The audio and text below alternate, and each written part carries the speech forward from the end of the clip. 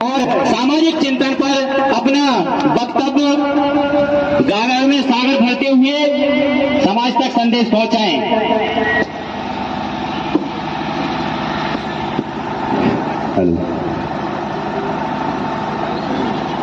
बीना की धरती को प्रणाम करता हूं, नमन करता हूं। जो मुझे इस बीना की धरती में आने का सौभाग्य प्राप्त हुआ और उस लोधी क्रांति सेना संगठन के सभी पदाधिकारियों का हृदय की गहराइयों से हार्दिक वंदन अभिनंदन करता हूं, जिन्होंने इस वीरांगना अवंतीबाई के बलिदान दिवस पर एक भव्य कार्यक्रम का आयोजन किया। साथियों, सामाजिक क्रांति के एक दूत महात्मा ज्योतिराव फूले, शिक्षा के सागर परम पूज्य स्वामी ब्रह्मानंद जी महाराज 1857 की क्रांति की ज्वाला देवी शक्ति स्वरूपा रामगढ़ की रानी, देश की आन बान शान और इस लोधी कुल की गौरव वीरांगना अवंतीबाई लोधी के चरणों में नमन वंदन अभिनंदन करता हूं। साथियों, हमारे मंच पर मंचासीन क्षेत्रीय विधायक निर्मला सप्रे जी और हमारे बीच में बैठे लोधी समाज के सामाजिक बंधु सभी का मंच से लेकर के जमीन तक हृदय की गहराइयों से हार्दिक वंदन और अभिनंदन करता हूं। साथियों, जैसा कि आज 20 मार्च को हम वीरांगना रानी अवंतीबाई लोधी का 166वां बलिदान दिवस मनाने के लिए बीना की धरती पर इकट्ठे हुए हैं, तो साथियों मैं आपको बता दूं, वीरांगना अवंतीबाई लोधी का जन्म 16 अगस्त 1831 में सिवनी जिला के मनकेड़ी गांव में राव जुझार सिंह के घर में हुआ था। साथियों, वीरांगना अवंतीबाई लोधी बचपन से ही उन्हें तीर चलाने का, तलवार चलाने का, भैया राहुल लोधी जगह कहीं भी हो, मंच के सामने आ जाएं। कई प्रकार का उन्हें शौक था। साथियों, वीरांगना अवंतीबाई लोधी ने समाज के लिए संदेश दिया था, क्योंकि 1857 की जो क्रांति थी वो समय हमारा पूरा देश गुलाम था। लेकिन साथियों, मैं आपको बता दूं कि 1857 की जो क्रांति है, जिसे लोग कहते हैं कि ये भारत का प्रथम युद्ध था, लेकिन साथियों मैं आपको बता दूं कि ये भारत का प्रथम युद्ध नहीं था, ये भारत का द्वितीय युद्ध था। यहाँ पढ़े लिखे समाज के लोग बैठे हैं, मैं उनसे बताना चाहता हूँ, आप लोगों ने पढ़ा होगा, किताबों में लिखा है कि चमक उठी सन 57 में, वो तलवार पुरानी थी। साथियों, ये जो तलवार 57 में चमकी है, चाहे वीरांगना अवंतीबाई लोधी ने चमकाई हो, चाहे झलकारी बाई कोरी ने चमकाई हो, चाहे हमारी झांसी की महारानी चमकाई हो, चाहे दुर्गावती ने चमकाई हो, ये तलवार पुरानी थी। और ये तलवार पुरानी कौन सी पुरानी तलवार थी? साथियों, मैं आपको बता दूं, जब मुगलों का साम्राज्य यहाँ था, तो मुगलों के साम्राज्य के लिए यहाँ बुंदेला विद्रोह चलाया गया था, और बुंदेला विद्रोह का नेतृत्व राजा हृदय शाह लोधी ने किया था। उनके नेतृत्व में राजगौड़, पटेल, कुर्मी, ठाकुर सभी समाज के लोगों ने उनका साथ दिया था, और बुंदेला विद्रोह में राजा हृदय शाह लोधी ने नेतृत्व किया था। तो साथियों, ये दूसरी लड़ाई वीरांगना अवंती अवंतीबाई लोधी ने लड़ी। लेकिन साथियों, मैं आप लोगों को बता देना चाहता हूं कि 15 अगस्त 1947 को हमारा देश आजाद हो गया।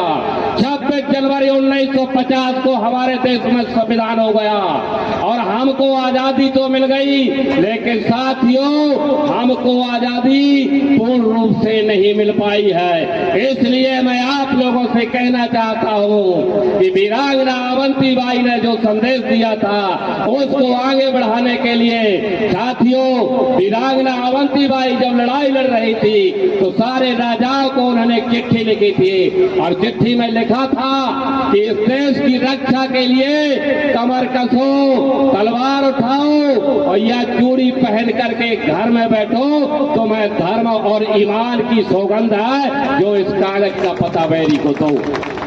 तो साथियों, मैं आप लोगों से कहना चाहता हूं कि ये तीसरी आजादी की जो लड़ाई है यहाँ के खासकर लोधी समाज को लड़ना होगा, क्योंकि साथियों हमारा संविधान कह रहा है कि जिसकी जितनी संख्या भारी उसकी उतनी भागीदारी। तो इस लोधी समाज की भागीदारी है कि इस मध्य प्रदेश के अंदर नहीं पूरे भारत के अंदर आपकी जनसंख्या ज्यादा है तो तीसरी आजादी की लड़ाई आपको ही लड़ना पड़ेगी।